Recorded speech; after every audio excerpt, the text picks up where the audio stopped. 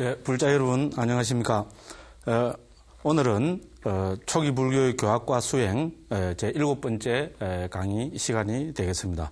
예, 오늘부터 주제는 나는 누구인가 하는 주제입니다. 뭐 제목을 제가 너무 거창하게 달아버린 거 아닌가 모르겠는데, 근데 왜냐하면 이 불교에서 뭐 제가 거듭 말씀드렸지만은 이 불교에서 가장 중요한 법수 중에 하나는 오온입니다. 우리 소위 말해서 색수상행식 하는 이 오온의 가르침은 불교에서 초기 불교부터 그러니까 뭐 우리 후대 그죠 대승불교까지 가장 중요한 법수입니다. 그런데 이 가장 중요한 법수를 우리는 그냥 오온이라는 우리하고 내하고 아무 상관없는 어떤 용어 속에 가둬 버리는 것이 아닌가. 이렇게 해서 저는 이거를 어떻게 하면은 좀 더 그죠 내 문제로 부각시켜서 이야기할 수 있을까. 이렇게 해서 저는 오는 나는 누구인가에 대한 부처님의 대답이라고 해답이라고 말씀이라고 이렇게 정리를 해봤습니다. 실제로 그렇습니다.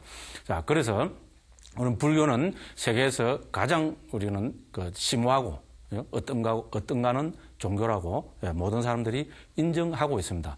그래서 그리고 우리는 세계의 모든 그죠 뛰어난 철학이든 사상이든 종교든 뭐 나아가서 이념이든 이런 모든 책에서는 다 다루고 있는 것이 근본 주제가 나는 누구인가 하는 것을 다 다루고 있습니다. 우리 철학의 가장 기본 주제가 바로 내 문제 아닙니까? 그죠? 나는 누구인가? 이 문제가 철학의 출발 아니겠어요? 그죠? 그렇게 따진다면은 불교도 우리가 그죠? 특히 우리는 뭡니까? 생사 문제를 해결하는 불교, 그죠? 삶의 근본 문제를 해결하는 불교에서 이 나는 누구인가에 대해서 해답을 제시하지 않고 있다면 이거는 불교가 그죠? 뛰어난 가르침이라고 할 근거가 없어집니다. 부처님이 3계 대도사라고 우리는 이야기를 하고 있고, 그죠? 스승 중에 스승이라고, 그죠? 그렇게 이야기를 하고 있는데, 부처님이, 그죠? 진정한 스승이시라면은, 이 나는 누구인가에 대해서 진지하게, 그리고 아주 많이, 그리고 아주 간곡하게 말씀하셨을 것입니다. 그런데 우리는 거기에 대해서는, 그런 문제에 대해서는 좀 문제의식을 아무도 안 가지는 것 같아서 저는 상당히 그것이 유감스러웠습니다. 그래서 우리 결론적으로 말씀드리자면은 이 중요한 문제에 대해서 부처님께서는 간곡하게 간절하게 말씀하고 계십니다. 무엇으로? 바로 오온으로 말씀하고 계십니다. 전에 한번 제가 말씀드린 것 같은데요. CD롬으로 찾아보니까 오온에 대한 것이 6,700번이나 나타나고 있습니다. 뭐 그만큼 부처님께서 강조하고 강조해서 설한 가르침이 오온의 가르침입니다. 왜? 나는 무엇인가? 나는 누군가 하는 이 문제야말로 뭡니까? 불교의 핵심 문제이기 때문에 그렇다고 이야기할 수 있습니다. 그래서 부처님께서는 결론적으로 말씀드리자면은 나는 누구인가? 나는 무엇인가에 대해서 거기에 대해서 부처님께서는 뭐 예를 들어서 진화가 있다든지, 그죠? 진인이 있다든지, 뭐 영원한 자아가 있다든지, 그죠? 대화가 있다든지 이런 식으로 말씀을 하시지 않았습니다. 그거는 불교에서 가장 꺼리고 가장 거부하는 가르침입니다. 잘 아시다시피 불교는 무아를 어뜸으로 삼고 근본으로 삼고 있습니다. 그래서 나는 누구인가에 대해서 부처님께서는 제가 늘 거듭 말씀드리지만은 해체해서 말씀하고 계십니다. 나라는 존재를 5무더기로 나누고 이 5가지를 다시 더 부분적으로서 쫙 해체해버리면 어떻게 됩니까? 나라고 주장할 수 있는 고정불변한 무엇이 없다는 것이 명명백백하게 드러나버립니다. 그렇지 않습니까? 우리 논리적으로 보면 가장 간단한 논리거든요. 그죠? 이것을 볼펜이라 합니다. 야, 볼펜이 있다. 이랍니다. 정말 볼펜이 있느냐? 예. 이걸 갖고 볼펜이라 합니까? 우리가 벌써 요렇게만 분해해도 어떻게 됩니까? 요 5개 내지 6개만 분해해도 여기에 볼펜이라는 게 없습니다. 이것이 볼펜 아닙니다. 이것도 볼펜 아닙니다. 이것도 볼펜 아닙니다. 이것도 볼펜 아닙니다. 자, 나라는 존재를 색수상행식으로 해체하고 분해해서 보게 되면은 무아라는 것이 명명백백하게 드러나 버립니다. 불교의 무아는 해체해서 보면은요 너무나 간단한 논리입니다. 진짜 요새 뭡니까 산수 조금만 배운 국민학교, 초등학교 학생들도 알 수 있는 그런 논리입니다. 그래서 부처님께서는 결론적으로 말씀드리자면은 왜 부처님께서는 나는 누군가에 대해서 오온으로 말씀하셨는가? 그 마지막 결론은 나라는 것은 고정불변한 무가 실체가 있는 것이 아니라는 것, 무아라는 것을 드러내기 위해서 5가지로 해체해서 말씀하셨다. 이렇게 이제 먼저 이제 결론으로 말씀드리고 이제 오온 하나하나에 대해서 한번 살펴보도록 하겠습니다. 자, 오온은 존재론입니다. 그죠? 우리 뭐 다 넓게 이야기하면 존재론이고, 우리는 이거는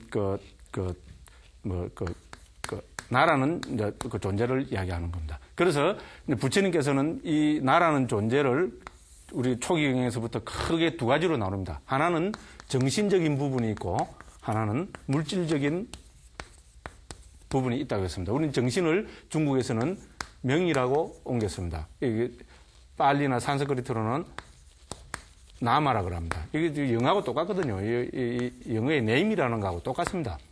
그죠? 우리 명칭이라고 그러잖아요. 그죠? 그래서 거기고, 우리는 물질을 중국에서는 색이라고 옮겼습니다. 이거는 우리가 루빠라고 이야기합니다. 그래서 크게 우리 이 세상에 존재하는 것을, 우리는 이 세상하면 또 자꾸 이제 다음에 12제, 18개 되니까 넘어가니까 나라는 존재를, 나는 누구인가 했을 때 나라는 존재는 정신과 물질로 이루어져가 있다는 겁니다. 그리고 여기서 정신을 다시 부처님께서는 크게 네 가지로 나눠서 말씀하고 계십니다. 첫째는 우리가 식입니다. 그죠? 식이고, 저는 아름아리라고 옮기고 있습니다. 자, 식의 정의는 우리 오온하면서 맨 마지막, 오온의 맨 마지막에 하겠습니다. 자, 식은 한마디로 우리 이야기하면은 초기경이나 주석서에서는 식은 간단합니다. 그죠? 식은 대상을 아는 것. 그때 가서 말씀드리겠습니다. 그죠? 식은 대상을 아는 것.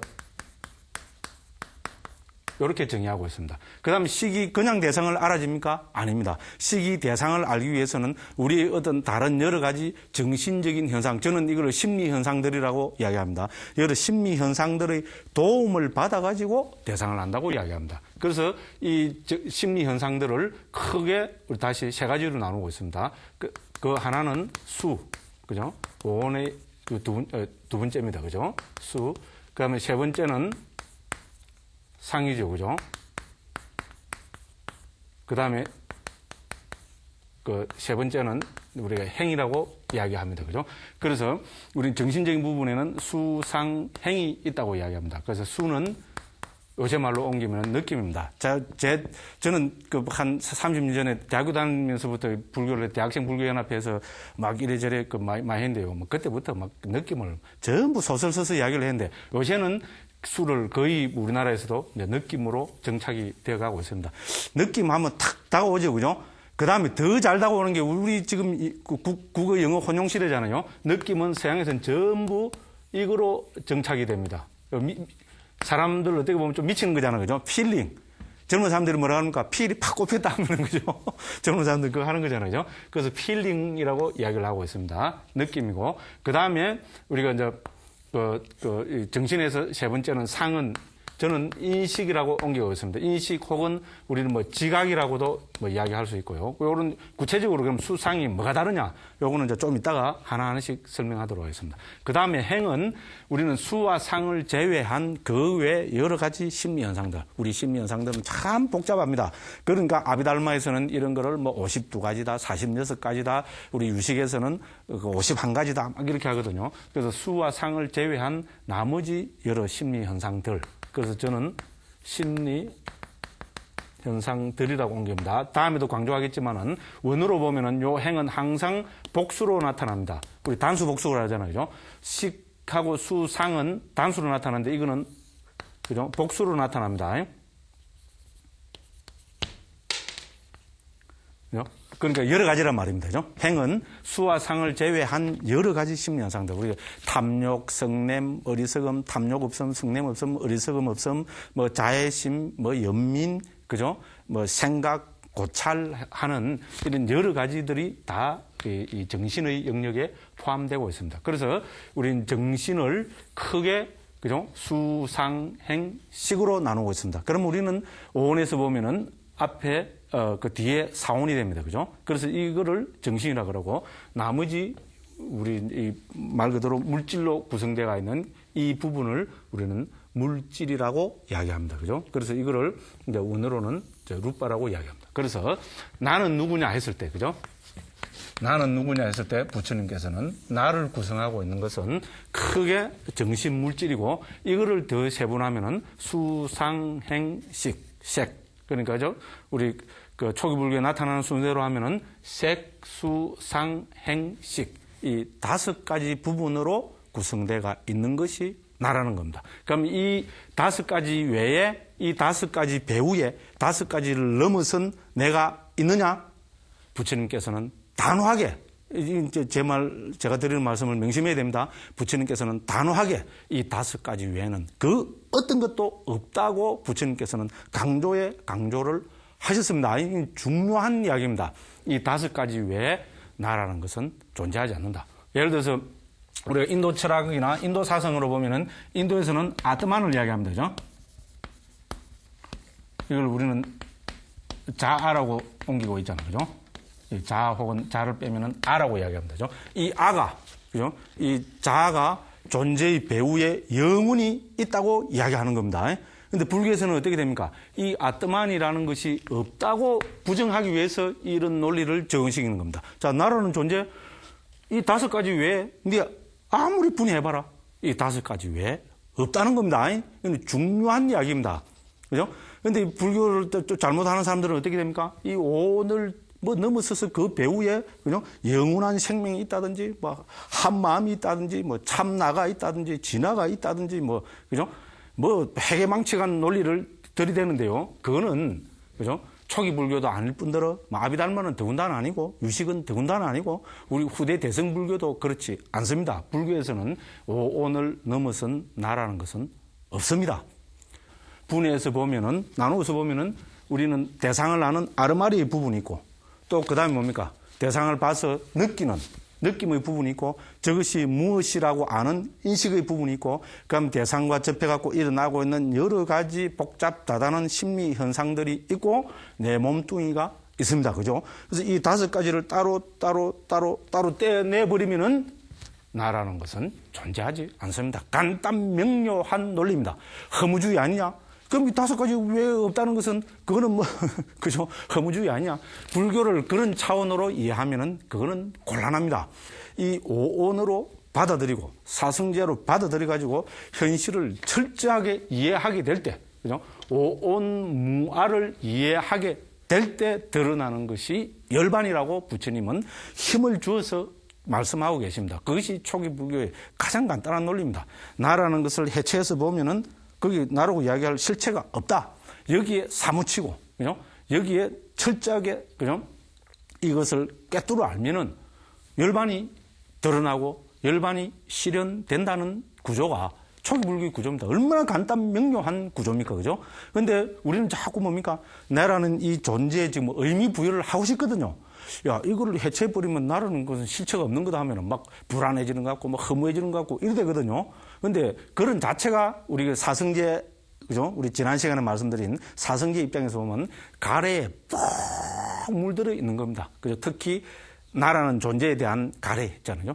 그거를 우리는 앞에 사성제에서 봤지만은 우리는 갈래에는 욕에, 유에, 무유에 있거든요. 감각적 욕망에 대한, 그죠? 그 가래, 존재에 대한 가래, 그죠? 비존재에 대한 가래 이거 있거든요. 그래서 감각적 욕망에 대한 가래에 폭 혹은 존재에 대한 가래에 폭 빠지가 있기 때문에 그런 거라고 부처님께서는 말씀하고 계십니다. 이런 말씀에 사무치야지. 저는 그게입니다. 있는 그대로 받아들여야지. 자기식으로 받아들이면 안 된다 이겁니다. 저는 초기 불교를 하면서, 그죠?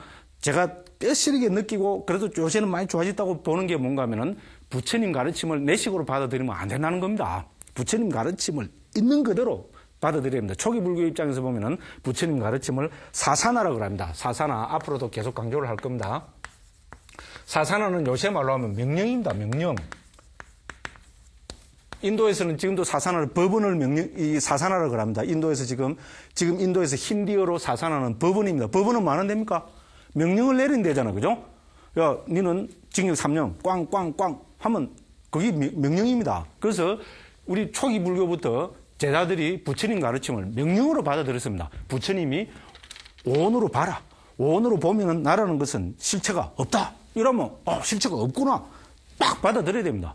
딱 받아들이면은 그러면 어떻게 됩니까? 그래. 너라는 존재는 실체가 없는 거다. 그러니까 거기에 사무쳐서 해탈 열반을 실현해라. 그러면 예, 알겠습니다. 해탈 열반을 실현하려고 해야 됩니다. 그럼 어떻게 하면 해탈 열반을 실현합니까? 팔정도를 닦아라. 부처님 명령입니다. 맞다. 그럼 나는 팔정도를 닦겠다. 그럼 팔정도가 뭐냐? 정견, 정사유, 정어, 정업, 정명.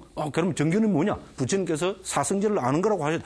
이렇게 받아들이면요, 불교는 간단 명료하고 정말로 모르겠습니다. 사람마다 다르겠지만요. 저는 정말로 전율이 나도록 너무나 좋았습니다. 물론 이렇게 된 데는 초기 불교를 하면서도 한 10년 동안은 이렇게 안 됐습니다. 저도 고백을 하자면, 그죠? 근데 이제 나름대로 이제 초기 불교를 하면서 느끼는 것이 저는 이 말에서 참 많이 와가 닿았습니다. 부처님 말씀은 명령입니다. 명령. 우리는 부처님 제자이기 때문에 명령을 있는 그대로 받아들여야 됩니다. 저는 이제 이렇게 한번 강조를 해서 말씀드리고요. 예, 이런 이야기는 참 끝이 없습니다. 저는 하면은.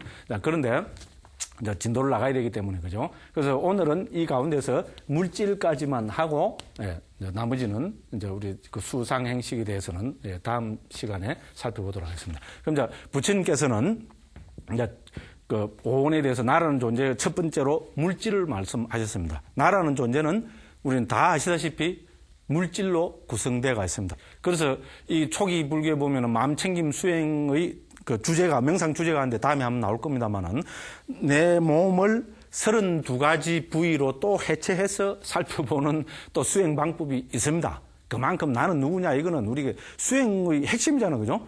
이거를 나를 이렇게 딱 해체해서 32가지로 딱 해체해서 살펴보는 그 중에 하나에 집중해서 살펴보는 부분이 몸의 32가지 부위에 대한 혐오라는 이제 그런 수행 방법이 있습니다. 다음에 한번 말씀드리도록 하고요.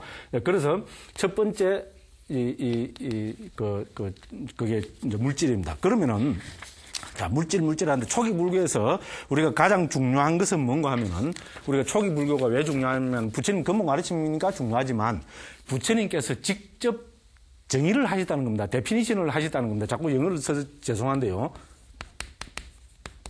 우리 정의라 그러잖아요. 이게 중요하잖아요. 그죠? 우리 모든 학문이나 이런 거 한 데서 제일 중요한 게 기본 정의잖아요. 그죠? 스승이 이거는 뭐다고 하면은 그대로 받아들입니다. 예를 들어서 어떤 것이 정견입니까? 하면은 부처님께서 사성제를 아는 것이 정견이다 하면은 그대로 받아들여야 됩니다. 그죠?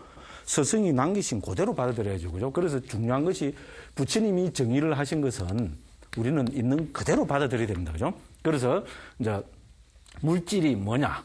이래 했을 때죠. 우리 물질이라는 것을 그 한마디로 이야기했을 때 이거를 룻바나라고 설명하고 있습니다. 자, 룻바나가 요새 말로 하면은 변형이라고 옮겨집니다. 변형. 형태가 변한다. 이런 이야기입니다. 물질을 왜 물질이라 하느냐? 변형되기 때문에 물질이라 한다. 이제 이렇게 그 초기 불교에서 정의를 하고 있습니다. 자, 물질이라는 것은 우리가 어떻게 됩니까? 다 형태 안에는 물론 색깔도 포함이 됩니다. 그죠? 형태나 색깔을 포함하고 있죠. 그죠? 그래서 이 형태나 색깔은 어떻게 된다는 말입니까? 예, 변형된다는 겁니다. 그죠? 바뀐다는 겁니다. 그죠? 그렇기 때문에 물질이라 한다고 부처님께서 그렇게 그 말씀을 하셨습니다. 그래서 우리가 물질은 변형이고, 자, 변형과 비슷한 말에 우리는 뭐가 있습니까? 변화가 있습니다.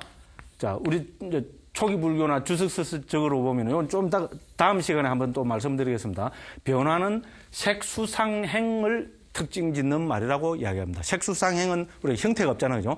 형태가 없기 때문에 변형이라고는 할 수 없습니다. 그죠? 색수상행은 변화한다고 이야기하고, 물질은 형태를 가지고 있기 때문에 형태 혹은 형상 혹은 색깔을 가지고 있기 때문에 이것은 이제 그 변형된다고 이제 그렇게 이야기를 하고 있습니다. 그래서 변형되는 것이 물질의 특징이다. 이제 이렇게 이야기를 하고 있고요. 그다음에 초기 불교에서부터 우리는 물질을 크게 이제 두 가지 카테고리로 나누고 있습니다. 하나는 우리는 근본 물질이라고 하고, 하나는 우리는 파생된 물질이라고 이야기합니다. 잘 아시겠지만은 근본 물질을 불교에서는 네 가지로 이야기합니다. 그죠? 잘 아시죠? 그죠? 지, 수, 화, 풍. 그죠? 지, 수, 그 다음에 화, 풍. 그죠? 지는 우리 소위 말하는 땅이고, 수는 물이고, 화는 불이고, 풍은 바람입니다. 자, 근데 우리가 초기 불교에서 이야기했을 때 지수, 화풍이 눈에 보이는 땅, 눈에 보이는 물, 이거냐? 물론, 그죠? 우리가 이제 그 두 가지 측면에서 이야기할 수 있습니다. 그런 측면에서 말씀하신 것도 있지만은, 우리가 근원적으로 물질에 대해서 말씀하셨을 때는 그렇지 않다고 주석서에서는 설명하고 있습니다. 여기서 지라는 것은 견고성을 이야기한다고 이야기합니다. 물질이 가지는 견고성. 딱딱한 성질 있죠, 그죠? 딱딱한 성질을 우리가 지대라고 이야기합니다. 그럴 때 대를 붙이죠, 그죠? 지대라고 이야기하고. 물은 어떻게 됩니까? 응집성 혹은 섭윤성. 젖는 성질, 응집하는 성질. 그걸 이야기하고, 화는 뭡니까? 열성이죠, 그죠? 뜨거운 성질. 그 다음에 바람은 유동성이라고 이야기합니다. 움직이는 성질. 자, 이거를 우리는 근본 물질이라고 합니다. 이 세상의 모든 물질은 내 안에 있는 물질이건 내 밖에 있는 물질은 이 네 가지로 구성되어 있다는 겁니다. 견고성, 응집성, 열성, 유동성으로 구성되어 있다고 이야기합니다. 자, 이 지수 화풍이 이제 뭡니까? 여러 가지 비율로 조합으로 뭉쳐져서 특정한 역할, 특정한 위치에 있는 것을 우리는 파생된 물질이라고 이야기합니다. 자, 구체적으로 파생된 물질에서 우리는 역할로 보면은 제일 중요한 게 뭡니까? 눈, 귀, 코, 혀, 몸. 그죠? 눈으로 받아들이는 대상은 우리는 형색, 형상 혹은 색깔. 그래서 저는 형색이라 합니다. 요건 다음에 12처 이런 거 할 때 다시 한번 구체적으로 말씀을 드리겠습니다. 형색이라고 하고. 그러면 뭡니까? 귀의 대상은 뭡니까? 소리. 코의 대상은 맛. 냄새. 혀의 대상은 맛. 몸의 대상은 뭡니까? 감촉. 그죠? 이렇게 해서 이 파생된 물질에는 이제 크게 10가지가 있다고 합니다. 이게 이제 우리 조금 후대에 와서 아비달마에 들어오면은 이게 조금 더 이제 구체적으로 해서, 그죠?